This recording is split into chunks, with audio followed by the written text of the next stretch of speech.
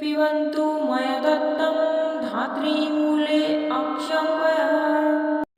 राधे राधे। ओम नमो भगवते वासुदेवाय। कार्तिक माह के शुक्ल पक्ष की नवमी के दिन आंवला नवमी मनाई जाती है। इसे अक्षय नवमी भी कहा जाता है, क्योंकि इस दिन किया गया कोई भी शुभ कार्य अक्षय फल देने वाला होता है, अर्थात उसके शुभ फल में कभी कमी नहीं आती है।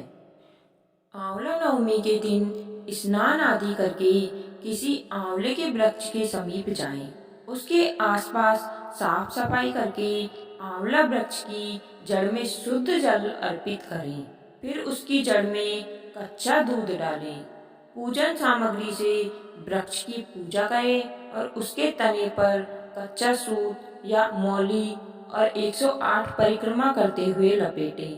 कुछ इसके बाद परिवार की सुख समृद्धि की कामना करते हुए वृक्ष के नीचे बैठकर ही परिवार सहित भोजन किया जाता है। आइए सुनते हैं आंवला नवमी की व्रत कथा। एक कथा के अनुसार एक बार जगत गुरु आदि शंकराचार्य भिक्षा मांगने एक कुटिया के सामने रुके। वहाँ एक बूढ़ी औरत रहती थी जो अत्यंत गरीबी और दयनीय स्थिति में थी।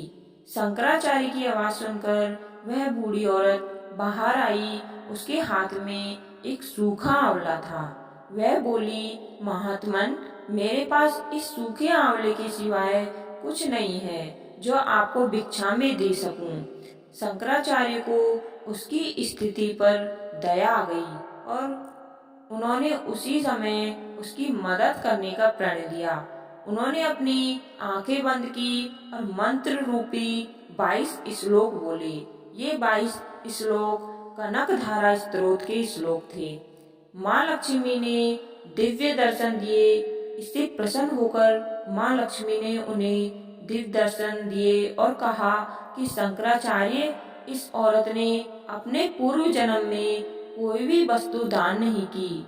यह अत्यंत कंजूस थी और मजबूरीवश कभी किसी को कुछ देना ही पड़ जाए तो यह बुरे मन से दान करती थी। इसलिए इस जन्म में उसकी यह हालत हुई। यह अपने कर्मों का फल भोग रही है, इसलिए मैं इसकी कोई सहायता नहीं कर सकती। शंकराचार्य ने देवी लक्ष्मी की बात सुनकर कहा, हे महालक्ष्मी, इसने पूर्व जन्म में अवश्य दान धर्म नहीं किया, लेकिन इस जन्म में इसने पूर्ण श्रद्धा से मुझे ये सूखा आंवला भेंट किया। इसके घर में कुछ नहीं होते हुए भी इसने यह मुझे सौंप दिया। इस समय इसके पास यही सबसे बड़ी पूंजी है। क्या इतना भेंट करना पर्याप्त नहीं? शंकराचार्य की इस बात से देवी लक्ष्मी प्रसन्न हुई और उसी समय उन्होंने गरीब महिला की कुटिया में स्वर्ण के आंवलों की वर्षा कर दी। हे लक्ष्मी माँ, जैसे आपने उस बुढ़िया की सहायता की, वैसे हम सबकी भी सहायता करना। कहानी सुनने वाले और सुनाने वाले सभी का भला हो, आपकी सभी मनोकामनाएं पूर्ण हो। कार्तिक की व और अन्य कहानियां सुनने के लिए चैनल को अभी सब्सक्राइब करें। धन्यवाद। आपका दिन शुभ हो।